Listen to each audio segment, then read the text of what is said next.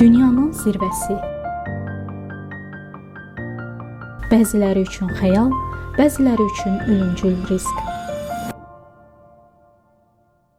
Everest sadəcə bir dağ deyil. Bura dünyanın ən yüksək nöqtəsi, ən soyuq sınağı və ən çətin səyahətidir.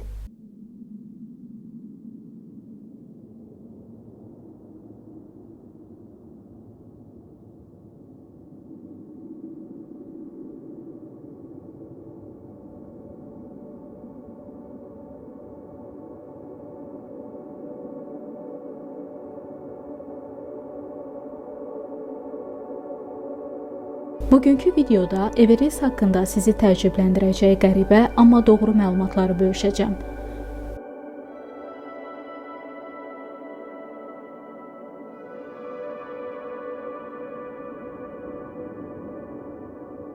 Hər addımı ya qalibiyyət, ya da son yol olan Everest dağı haqqında bilmədikləriniz.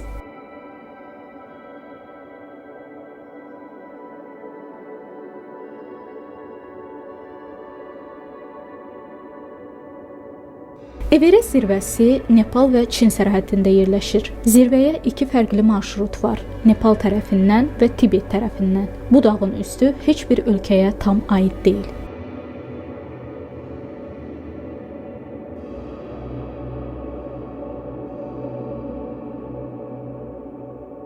Everest dağı 8848 metr hündürlüyü ilə dəniz səviyyəsindən dünyanın ən yüksək nöqtəsidir. Amma Havay adalarındakı Mauna Kea dağı okeanın dibi ilə birlikdə 10210 metr hündürlüyə malikdir. Sadəcə olaraq bu hündürlüyün 4205 metri dənizin üzərindədir. Texniki olaraq Mauna Kea dağı daha hündürdür.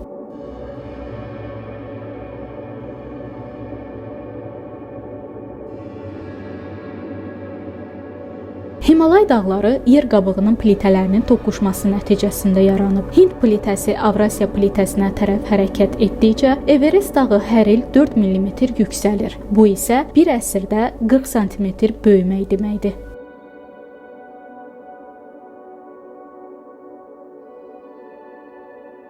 Everest dağında Wi-Fi var. Bəli, dünyanın zirvəsində belə internetə qoşula bilərsiniz. Nepal hökuməti baza düşərgələrində Wi-Fi xidmətləri təqdim edir.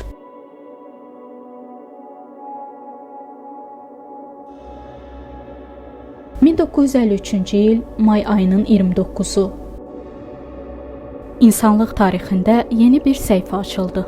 Dünyanın ən yüksək zirvəsi Everest ilk dəfə fəth edildi. Bu uğurun arxasında iki ad var idi: Yeni Zelandiyalı dağçı Edmund Hillary və Nepallı şərpa Tenzing Norgay. Hillary sakit və iradəli bir arıçı, uşaq yaşlarından dağlara aşiq biri idi. Tenzing isə Himalayın qoynunda böyümüş, dağlarla nəfəs alan ruh idi. Onlar bir-birinə tam əks olsa da, bu zirvədə bütöv oldular. Təkcə dağa qalxmadılar, insan iradəsinin zirvəsini fəth etdilər.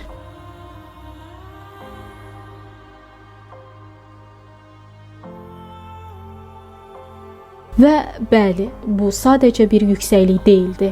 Bu, insan ruhunun sərhədini aşmaq idi. Qələbə səbrin mükafatıdır.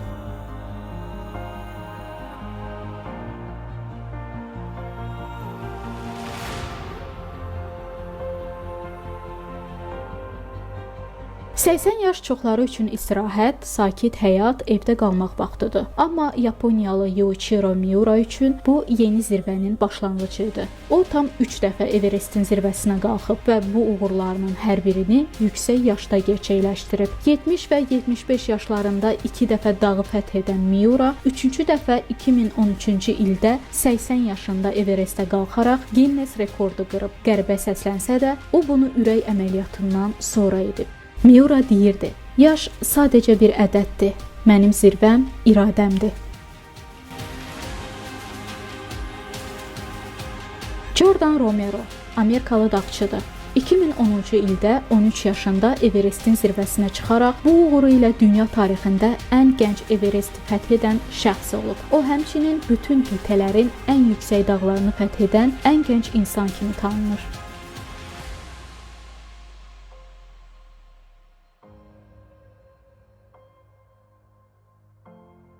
Dağçılar arasında bir qanun var.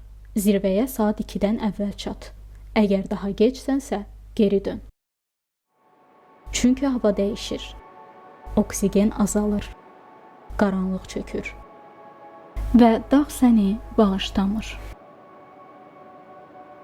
İndiyədək təxminən 300 nəfər Everestdə həyatını itirib. Dağa qalxanların təxminən 2%-i geri dönə bilmir. Bu, Everesti dünyanın ən ölümcül 7-ci dağına çevirir. Sizə maraqlı olduğunu düşündüyüm üçün qeyd etmək istəyirəm ki, dünyanın ən ölümcül birinci dağı Annapurna zirvəsi hesab olunur. 8091 metr yüksəklikdə yerləşən Annapurna dağına qalxanların təxminən 40%-i həyatını itirib. Dağın çətin hava şəraiti, tez-tez baş verən lavinalar və mürəkkəb marşrutlar onun təhlükəsini artırır. Everestdə ölmüş alpinistlərin cəsədlərinin çoxu hələ də ordadır və bəziləri yol nişanı kimi tanınır. Məşhur nümunə kimi Green Boots-u göstərə bilərik. Green Boots, yəni yaşıl çəkmələr, Everestdə 8848 metr yüksəkliyə doğru gedən yolun bir hissəsində yerləşən, özündən sonra iz qoymuş simvolik bir cəsəddir. Bu ad dağçının ayağında olan yaşıl rəngli alpinist çəkmələrinə görə verilib. Kim idi Green Boots? Əksəriyyətin fikrinə görə bu şəxs Sevang Palior adlı hindli dağçıdır. Palior 1996-cı ildə Hindistanın İndo-Tibet sərhəd polisi ekspedisiyasının üzvü idi. Ekspedisiya fırtınaya düşür və Palior da daxil olmaqla 3 nəfər həyatını itirir. Onun bədəni Everestin şimal yolunda 8500 metr hündürlükdəki mağaraya yaxın bir nöqtədə qalır. 20 ildən artıq müddətdə Green Boots Everestə gedən bütün şimal ekspedisiyalarının demək olar ki, hər biri tərəfindən görülüb. Bir çox dağçılar bu bədəni orienter nöqtəsi kimi tanıyır.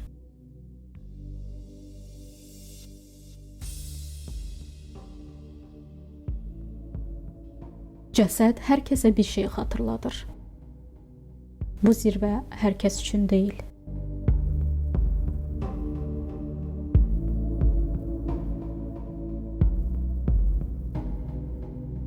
Everest, yerin səması ilə göyün sərhəddində ucalan nəhəng. Bura təkcə dünyanın zirvəsi deyil, həm də ölümün səssiz hökm sürdüyü yerdir. Zirvəyə doğru uzanan marşrutda yüzlərlə insan cəsədi yatır. Onlar bir zamanlar bu zirvəyə çatmaq üçün yola çıxan, lakin geri qayıda bilməyənlərdir. Amma sual budur, niyə onların cəsədləri oradan götürülmür? Cavab sadədir və bir o qədər də dəhşətli. Çünki bu mümkün deyil. 8000 metrdən yuxarı olan ərazi ölüm zonası adlanır. Hər nəfəs risk, hər addım təhlükədir. O qədər az oksigen var ki, insan bədəni orada yaşamağa uyğun deyil. Əlavə olaraq bir cəsədi dağdan endirmək sanki başqa bir Everest dırmanışı deməkdir. Yəni bu bir insanın həyatını xilas etmək üçün başqa bir insanın həyatını riskə atmaqdır. Bəzi cəsədlər bəzən illərlə eyni yerdə qalır və zamanla dağın bir hissəsinə çevrilir. Bəzən ailələr belə qərar verir ki, yaxınları elə burada qalsın. Çünki bura onların son məkanıdır. Everestin zirvəsi onlar üçün həm fəxr, həm də əbədi məzar olur.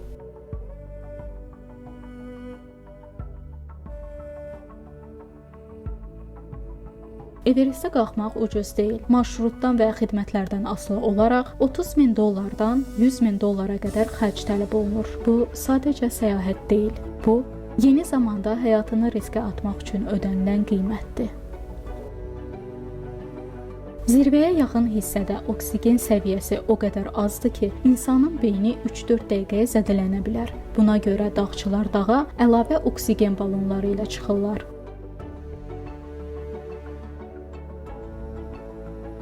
Zirvəyə qədər insan təsiri o qədər artıb ki, 2019-cu ildə aparılan bir araşdırmada buz nümunələrində mikroplastik parçalar aşkarlanıb. Hətta dünyanın ən yüksək nöqtəsi belə çirklənmədən sığortalanmayıb.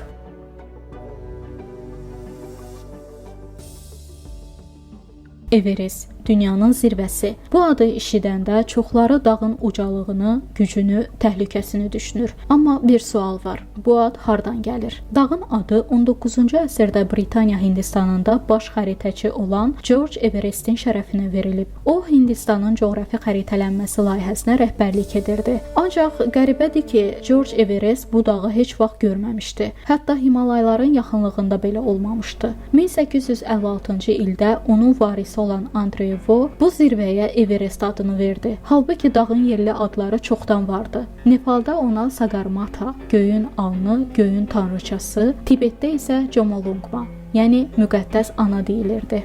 George Everest özü də bu qərardan narazı idi. O deyirdi: "Əgər bu dağın yerli adı varsa, niyə mənim adım verilsin?" Amma tarixin axarı dəyişmədi və o gündən bəri dünyanın ən yüksək zirvəsi Everest adı ilə yadda qaldı. 2025-ci ilin mayında Azərbaycanlı alpinist Vəfa Musayeva dünyanın ən yüksək zirvəsinə Everestə qalxaraq bu uğura imza atan ilk Azərbaycanlı qadın oldu. O, təkcə fiziki çətinlikləri deyil, həm də qlobal dağçılıq tarixində bir əngəli aşdı. Bu, həm Azərbaycan idman tarixi, həm də qadınların gücünü göstərən möhtəşəm uğurdur. Biz fəxr edirik. Everest dünyanın ən hündür nöqtəsi, ən sərt sınağıdır. Burada həyatla ölüm arasındakı xətt çox incədir. Amma bu da insan iradəsinin simvoludur. Bəs sizcə Everest bir məqsəd, yoxsa insanın özünü məhv etmə arzusudur? Rəylərdə yazın, kanala abunə olun və növbəti videoda görüşənədək.